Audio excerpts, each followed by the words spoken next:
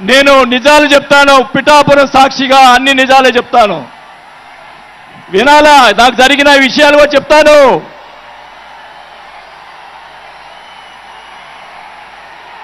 ఆ తర్వాత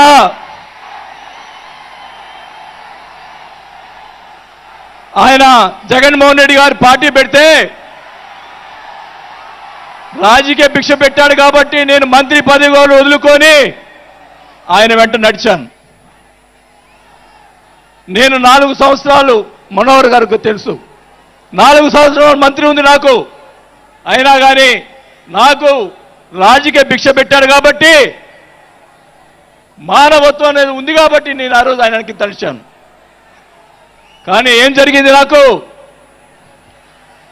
మంత్రి వదిలిపెడితే మంత్రి ఇచ్చి మంత్రి తీసేశాడు. అవన్నీ నేను కూడా బాధపడిన, నేను మంత్రి అనేది ఐ డోంట్ కేర్. ఆ రోజు 4 సంవత్సరాలకే వదిలిపెట్టాను. నేను ఒకటే చెప్తా ఉన్నా, మన వంశీ గారిని ఆయన చెప్పాడు కదా, మన ఈయన సినిమా యాక్టర్, ఆయన పేరేంటి, పోసాని మురళి గారు, వాళ్ళని అరెస్ట్ చేస్తే ఈయన పోయి జగన్మోహన్ రెడ్డి గారు పోయి వాళ్ళని పరామర్శిస్తాడు. నేను ఒకటే చెప్తా ఉన్నా, రఘురామకృష్ణరాజు గారిని నిన్ను ఏదో మాట్లాడితే ఆయన లోపల పెట్టించి, కుదగొట్టించి, కాలు చేతులు ఎర్రగొట్టించి లోపల పెట్టించావే. 17 సంవత్సరాలు ముఖ్యమంత్రిగా చేసినటువంటి చంద్రబాబు నాయుడు గారి కుటుంబాన్ని, భార్య గురించి మాట్లాడితే వాళ్ళకి బాధ కలగదా అని అడుగుతా ఉన్నా. ఆ రోజే నేను ఖండించాను, నేను అసెంబ్లీలో ఆ రోజే.